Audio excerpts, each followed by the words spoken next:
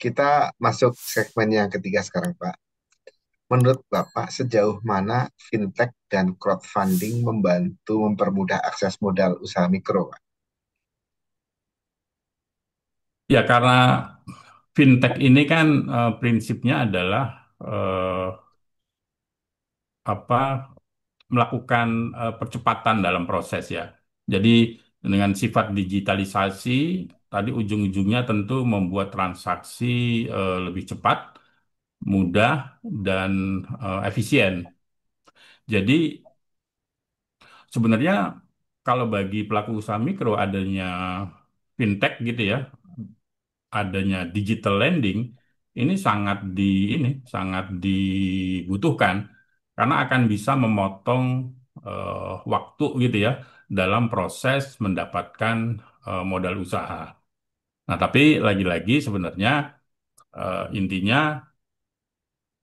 kemudahan yang didapat gitu ini harus diwaspadai dengan bijak ya dalam pemanfaatan dananya. Karena salah satu unsur penting jangan sampai kemudahan untuk mendapatkan modal ini istilahnya disalahgunakan lah gitu ya untuk keperluan yang tidak produktif. Pasti kan tentu waktu kita mendapatkan dana itu kan peruntukannya harus jelas, harus clear, yaitu untuk membangun usaha. Nah, kalau ini kemudian dipakai untuk kegiatan konsumtif atau untuk kegiatan-kegiatan lain yang di luar dari usaha-usaha produktif, ini akan biasanya membawa potensi pinjaman itu akan menjadi bermasalah di kemudian hari. Jadi intinya fintech ini sangat membantu sebenarnya dari sisi proses percepatan. Karena kan sekarang zaman sekarang ini kadang-kadang kesempatan opportunity ini berlangsung dapatnya cepat dan butuh respon yang cepat. Nah, ini sebenarnya sangat membantu. Tapi ini tadi eh, bagaimana juga perusahaan-perusahaan fintech ini bisa istilahnya memonitor gitu, bisa mengontrol bahwa modal yang diberikan ini dipergunakan sesuai dengan peruntukan. Nah, inilah yang sering biasanya banyak menjadi masalah karena justru karena pemanfaatannya tidak bisa dimonitor oleh eh, pemberi modal. Baik, Pak Sunar. Selain itu, Pak, apakah ada risiko-risiko lain, Pak, yang para pelaku usaha mikro itu perlu mewaspadai, menjadi catatan mereka, sehingga mereka tidak kejeblos gitu, Pak ya, berakhir bahwa mereka gagal bayar gitu, Pak. Iya, karena ini kan sekarang banyak sekali ya pinjaman-pinjaman online gitu ya. Maka yang perlu menurut saya diwaspadai atau diperhatikan oleh eh, apa pelaku usaha mikro adalah concern bahwa pinjol atau platform yang menggunakan platform digital ini dia resmi terdaftar di OJK dan diawasi oleh OJK. Terdaftar dan berizin dan diawasi oleh OJK. Kenapa? Karena kalau tidak ada pengawasan dari otoritas, kan pengawasan dari otoritas ini tujuannya untuk memproteksi eh, kedua belah pihak ya, dalam arti lebih ke arah konsumennya, ya, ke arah pelaku usaha. Jangan sampai ada persyaratan-persyaratan yang itu di luar ketentuan lah gitu ya, kan sekarang OJK juga menerapkan ada semacam batas maksimal eh, misalnya bunga yang harus apa diberikan dan juga ada persyaratan-persyaratan lain yang harus dipatuhi oleh lembaga keuangan.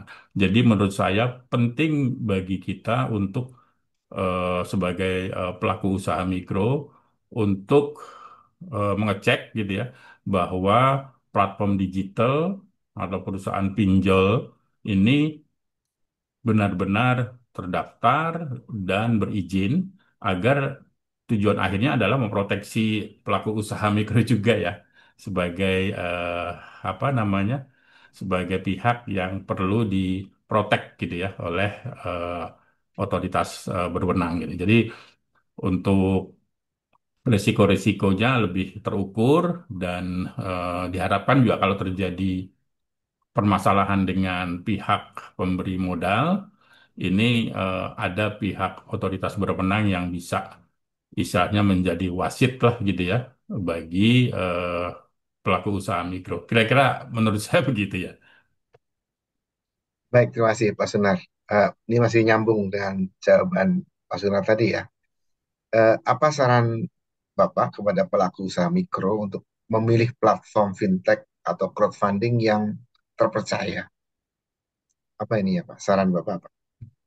Ya sebenarnya hampir sama dengan yang eh, tadi baru saya sampaikan ya, masalah memilih ini tentu berkaitan dengan apa kredibilitas dari pemberi pinjaman. Eh, jadi sekarang juga banyak bank-bank digital ya yang mulai bermunculan gitu ya, baik dari bank-bank negara maupun dari bank-bank swasta. Dan karena tren daripada eh, zaman sekarang ini banyak generasi milenial, Gen Z yang lebih apa, lebih ingin semua prosesnya dilakukan secara online, maka kita juga perlu mengetahui istilahnya kredibilitas dari eh, pemberi pinjaman. Dan tadi salah satunya adalah eh, yang terdaftar dan diawasi oleh OJK. Dan memang semua ini nanti tergantung pada preferensi si pelaku usaha. Apakah mereka lebih concern kepada kemudahan atau lebih concern lagi kepada biaya ya, biaya jasa yang ditawarkan oleh pemberi pinjaman. Baik, Pak. Bapak sudah mengamati, Pak ya, mengenai masalah pinjol. Ada yang menggunakan pindar, katanya, Pak, untuk membedakan pinjol yang negatif ya, Pak. Fintech ini juga menggunakan istilah pindar, pinjaman daring, Pak. Nah, Bapak ada nggak, Pak, ya, contoh inspiratif, contoh konkret ya, keberhasilan pelaku usaha mikro yang memanfaatkan pinjaman daring ini, Pak? Ya sebenarnya kita juga apa salah satunya sudah mulai ke arah sana sebenarnya, yaitu dalam Mhm. usaha untuk memberikan pelayanan lebih cepat kepada calon nasabah dan suksesnya sebenarnya contoh-contohnya banyak sekali. Hmm. Jadi dari kemudahan-kemudahan itu kita hampir kalau di PNM tuh dari 4.000 kantor yang ada di seluruh Indonesia, hampir di setiap kantor kita punya yang namanya nasabah inspiratif gitu ya. Eh, Nah, mereka pada dasarnya simple ya, mereka butuh dana gitu ya, butuh dana cepat, butuh dana yang persyaratannya tidak terlalu sulit gitu ya. Intinya kita punya contoh aja ada nasabah kita yang apa nasabah bunga potong nyebutnya ya. Bunga potong ini yang biasa di kita apa dapatkan di mana Rawabelong gitu ya. Nah itu nasabah kami yang ada di Sukabumi itu hanya butuh dana 3 juta gitu. Karena mereka mereka juga punya agunan sebenarnya, tapi agunannya masih girik gitu ya boleh dibilang sertifikasinya. Jadi tidak bisa dapat pinjaman dengan menggunakan agunan. Tapi mereka pada dasarnya adalah pelaku usaha yang inovatif, yang memang punya skill gitu ya, untuk bisa melakukan sebuah bisnis yang baik.